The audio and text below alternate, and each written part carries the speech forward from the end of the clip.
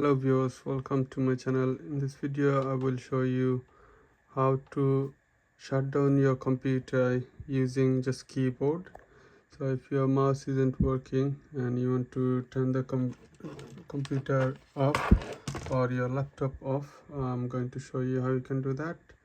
So first of all, press Windows key, press and hold Windows key and press X. That will bring this pop-up. So now when you want to shut down your computer, it says shut down or sign out.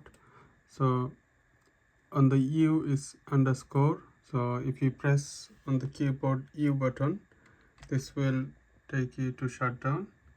Now if you can see, shutdown is still U. So if you press again U button on the keyboard, this will shut down your computer.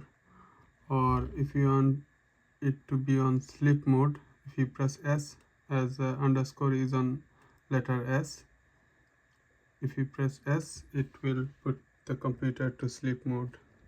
Let's try. Now if you press enter, the computer will turn back on again.